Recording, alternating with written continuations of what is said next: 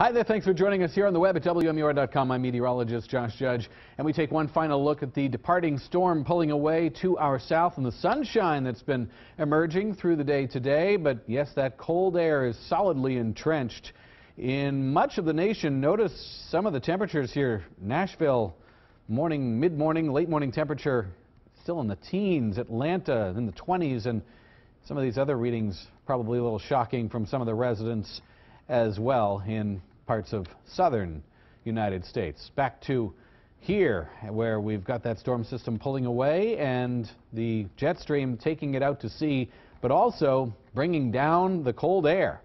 And that cold air sticking around for a while, in fact, much of the rest of the week. Let's talk about the forecast for the rest of today with temperatures in the teens, single digits in northern New Hampshire, and of course the wind chill much colder than that. Temperatures tonight will dip down lower than they've been in a while, below zero everywhere in the Granite State. Northern New Hampshire has the potential to be 20 to 30 below zero, and 0 to 10 even in southern New Hampshire. As you see the week ahead, cold, a little bit milder on Saturday with some snow showers around, maybe some very minor accumulations out of that. And then it chills back off on the other side of that storm system on Sunday.